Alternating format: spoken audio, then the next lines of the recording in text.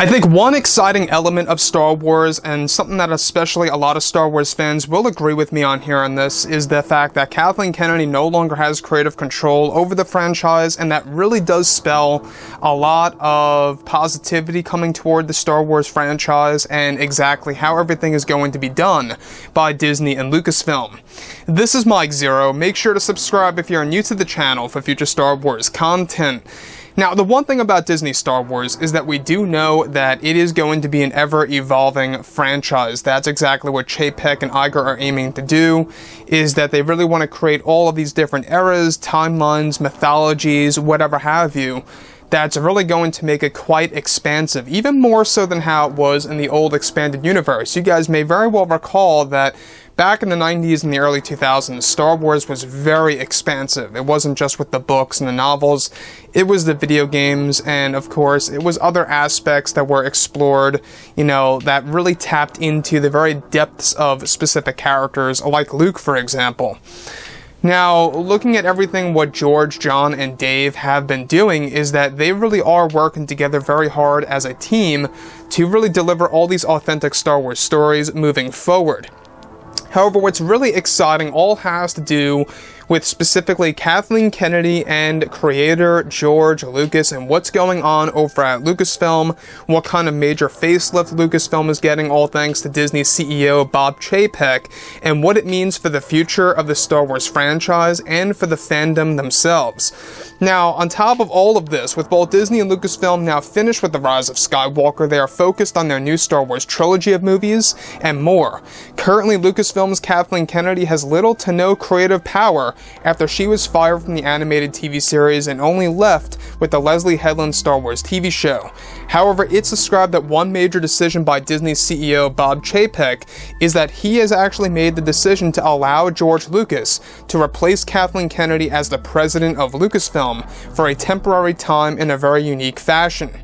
It's described that Chapek made this decision that will be, of course, around and begin to be made around February of 2021 next year, where Lucas will be taking control of how the business end of Star Wars will work, and that Lucas will be pre-planning on how the Kenobi TV series will be marketed sometime in 2022 that will be used as a guideline once the TV series is finished in 2022, just before its release on Disney+. Now, it's described that Lucas will be rearranging the entire roadmap of Star Wars films and TV shows for the franchise, and that he is also going to make some adjustments for how Star Wars Celebration of 2022 will be handled entirely.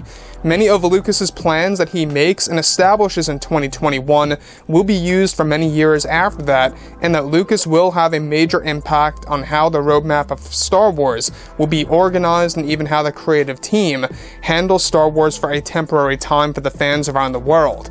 Now, this is the most important aspect that I think a lot of fans need to know immediately, is the fact that George Lucas is going to be inserted as a temporary takeover of Kathleen Kennedy before Chapek chooses the permanent solution. Now, he has 3 candidates, one of which is Jon Favreau to take over Lucasfilm. George Lucas, however, is aimed to take over the company for a short time in the very beginning of 2021, where a lot of his pre-planning, will be used for many years after that. Like I say, for the Kenobi show, for Star Wars Celebration, and for the entire roadmap of the franchise. We're talking about for this decade only. For movies, for TV shows, other projects out there that's really going to define the canon. Now, here's the other thing. The other, big important piece is that as of right now, Kathleen Kennedy is still hard at work on the Leslie Headland Star Wars TV series. In case you guys did not know, this is going to be the all-female led Star Wars TV show that's going to be full of identity politics, real-world issues, and personal agendas that's going to promote activism. And Brie Larson is actually described to be attached to that very given project.